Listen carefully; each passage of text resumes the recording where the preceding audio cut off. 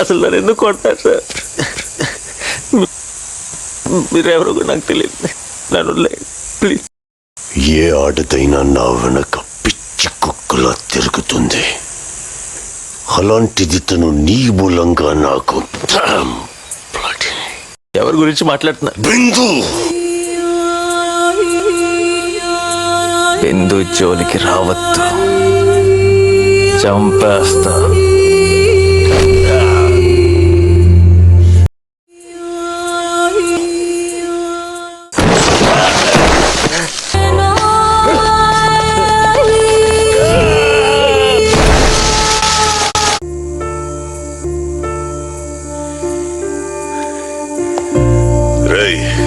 Accident లా కనిపించాలి.